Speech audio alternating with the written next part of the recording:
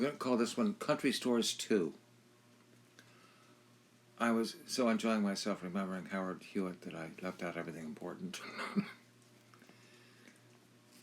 The Hewitt store was in a place called Rhodestown, which was literally a crossroads. There are a few houses along the line where the Hewitt store was, and there was another road that went away from there with maybe, a dozen houses or so. And Harold Hewitt was actually the law in that region. Everybody deferred to him. Right next door to the Hewitt store was a fire department, of which he was the fire captain. So when there was a fire in the country, Harold Hewitt would be like, in the lead engine, saving the day. Now, the reason I mentioned all the Puerto Ricans was that it was also next to, or very nearby, a migrant labor camp. Because in those days, people used Puerto Ricans to, pick things. Tomatoes, asparagus. And they lived in squalid conditions. And the reason I was laughing is I was imagining my mother surrounded by these Puerto Ricans who come in looking for their strawberry snowballs. And they were never anything but polite and deferential to her. And people had a tendency to be afraid of the Puerto Ricans, but there was nothing to be afraid of. They were here. They were making the only money they would ever make. And a sad sort of adjoinder to the story is the fact that not 5 miles from Hewitt's store or 2 miles from ours, there was a place called Gumtree Corner, where 5 roads converged. And it seemed that every summer, I'm not exaggerating this, it seemed like every summer there was some sort of horrendous crash, because the keystone of Gumtree Corner was a gum tree,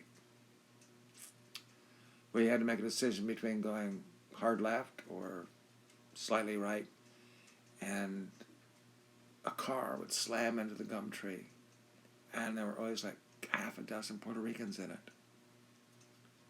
And they died every year.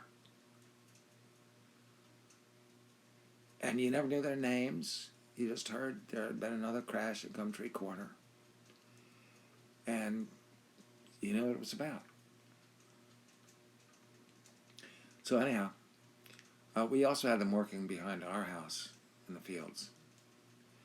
And I used to wave at them, and they would wave back. Friendly people.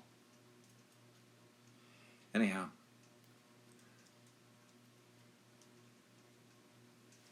Harold Hewitt was 6'5".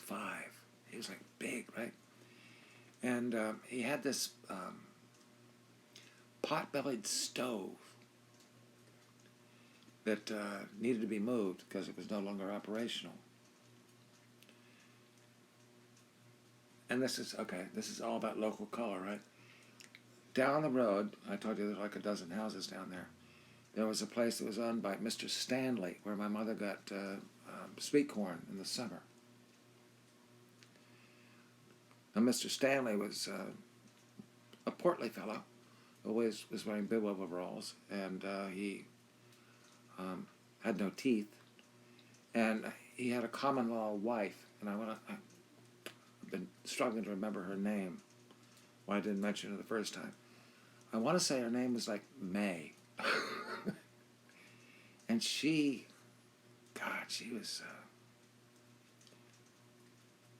was squat. She was big, right? And the day came when Mr. Hewitt wanted to have this pot-bellied stove moved. So, Mr. Stanley didn't have a phone, so he had to go down and talk to him. And he said, could May come help me move this stove? Not Mr. Stanley, of course, because Mr. Stanley was old and feeble. May was old, but very far from feeble. And she came into the store, and I was there, actually, at the time when she came in. She said, "Where is it?" And he pointed, right? And she goes in. She's wearing like a long dress with an apron on it, right? And she like just wraps her arms around this stove and picks it up and says, "Where do you want it?" And he said, "Well, out back would be good." And he like pointed the way out the back door. And she like marches it right out the back door and puts it down. This is what it's like to live in a land of country stores. And I haven't even gotten yet to Shiloh, which was like another 2 miles down the road. This is where you went on Sundays, because on Sundays, Happy's and Harold Hewitt were closed.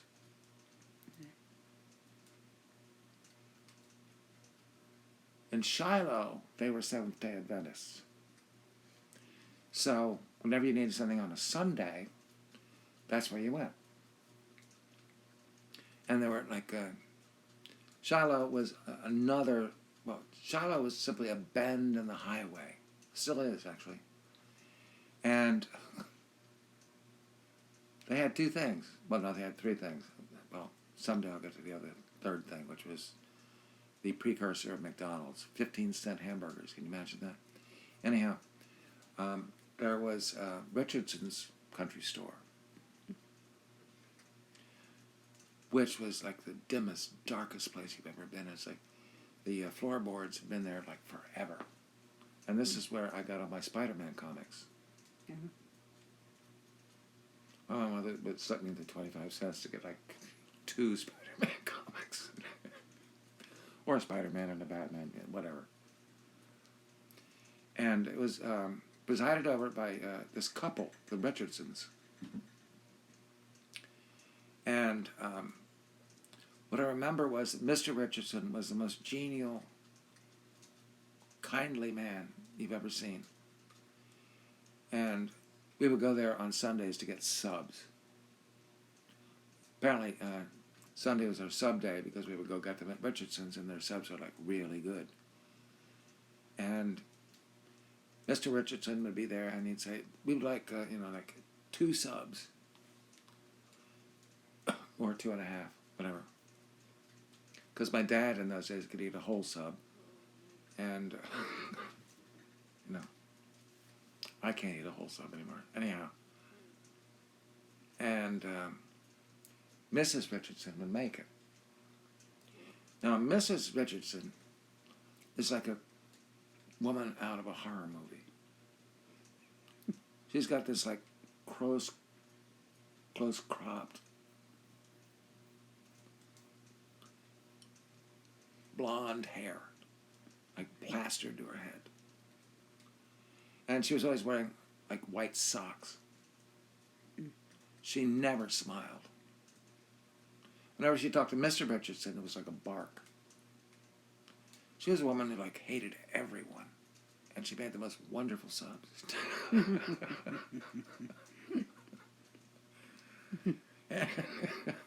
My mother, being my mother, would always try to like do something to get kind of a grin or a smile or something out of her. It's like never worked. So she would make the subs and like hand them over in her dour way, and we would like go up to the cash register, and Mr. Richardson would take the money and it's like, "Have a great day," right? Mm-hmm. So that was one thing, and the other thing was that right across the street from Richardson's was the Noise gas station. My gosh, this is beginning to look like a different, another whole piece. Because Alfred J. Noyes was a wonderful gentleman.